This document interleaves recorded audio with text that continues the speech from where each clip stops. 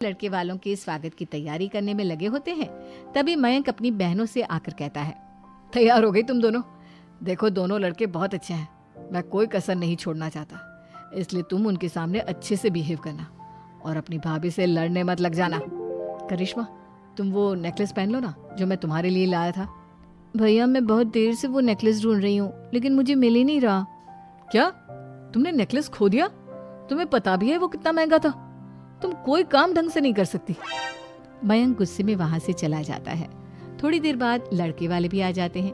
वो दोनों बहनों को पसंद कर लेते हैं और रिश्ता पक्का हो जाता है। लेकिन सविता के दिमाग में तो कुछ और ही खिचड़ी पक रही थी। वो पंडित जी के पास करिश्मा की कुंडली लेकर जाती है और उन्हें पैसे देकर करिश्मा की कुंडली बदलवा देती है। जब लड़के वालों के पास करिश्मा की कुंडली जाती है तो वो दुर्गा को फोन करते हैं। बहन जी, हमने करिश्मा की कुंडली अपने पंडित जी को दिखाई थी। आपकी बेटी की कुंडली नहीं बल्कि दोषों का पिटारा है। देखिए, मैं और मेरे पति इन सब बातों में बहुत विश्वास करते हैं, इसलिए हम आपकी बेटी से अपने बेटे की शादी नहीं करा सकते। इस तरह करिश्मा का रिश्ता टूट जाता है और सभी घर वालों को बहुत दुख होता है। अब कविता सोचती है, चलो करिश्मा का तो रिश्ता टूट गया, अब रेशमा का भी रिश्ता तोड़ना है। क्या करूं? अब सविता आवाज बदलकर किसी अननोन नंबर से रेशमा के होने वाले ससुराल में फोन करती है। हेलो, मैं कौन हूँ कौन नहीं ये आपके लिए जानना जरूरी नहीं। बस इतना सुन लो कि रेशमा का 2 साल से किसी के साथ अफेयर चल रहा है। बस रेशमा का रिश्ता तोड़वाने के लिए सविता का इतना कहना काफी था। अब रेशमा का भी रिश्ता टूट गया। मयंक और दुर्गा देवी ने रेशमा को खूब खरी खोटी सुनाई और उससे बार बार उस लड़के के बारे में पूछने लगी। आप दोनों मुझे क्यों परेशान कर रहे हो? अरे कोई लड़का होगा मेरी लाइफ में तो मैं बताऊंगी ना, जब कोई है ही नहीं तो कहाँ से लाऊं मैं कोई लड़का? तो तेरे होने वाले ससुराल वालों को फोन किसने किया था? माँ मैं नहीं जानती किसने फोन किया था, मैं सच कह रही हूँ। मैं तो पहले ही कह रही थी इसकी लगाम खींच कर रखो, लेकिन मेरी सुनता ही कौन है। आप चुप रहिए भाभी, ये सब आपका ही किया धरा है।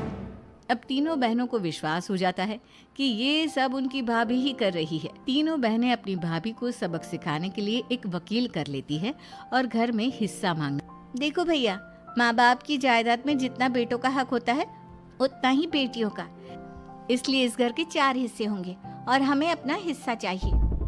मैंने तुम्हारे लिए क्या क्या नहीं किया और तुम इस घर में हिस्सा मांग रही हो? भैया, आप और माँ हम बहनों की कोई बात नहीं सुनते हो और भाभी हमारी शादी नहीं होने देगी क्योंकि उन्हें लगता है कि आप हमारी शादी में ज्यादा पैसा लगाओगे और उन्हें हम जैसी फ्री की नौकरानी कहाँ मिलेगी। तो हम भाभी के साथ तो रह नहीं सकते, हम बहनों को अपना हिस्सा चाहिए। अरे तुम्हें शर्म आनी चाहिए अपने भाभी पर ऐसा इल्जाम लगाते हुए। वो तुम्हारे बारे में कितना सोचती है। हाँ माँ, भाभी हमारे बारे में बहुत सोचती है, दिन रात बस यही सोचती रहती है कि किस तरह से अपनी तीनों ननदों को परेशान करूं और कभी मुझे पढ़ने भी नहीं देती। दोनों बहनों का रिश्ता भी तो इन्होंने ही तोड़वाया है और रात में हमारे कमरे में आकर हमारी चीजें भी चुराती हैं। इसी तरह सविता की तीनों ननदें अपनी बात पर अड़ी रही। अब कोर्ट में तारीख भी शुरू हो गई। जब सविता को लगा कि उसकी तीनों ननद इतनी आसानी से नहीं मानने वाली, तो उसने अपने पति और सास को सारी सच्चाई बता दी और अपनी तीनों ननद से माफी मांगी। मयंक और दुर्गा को भी अपनी गलती का एहसास हो गया। अब सविता खुद करिश्मा और रेशमा के लिए अच्छा रिश्ता ढूंढती है और उनकी शादी करवाती है।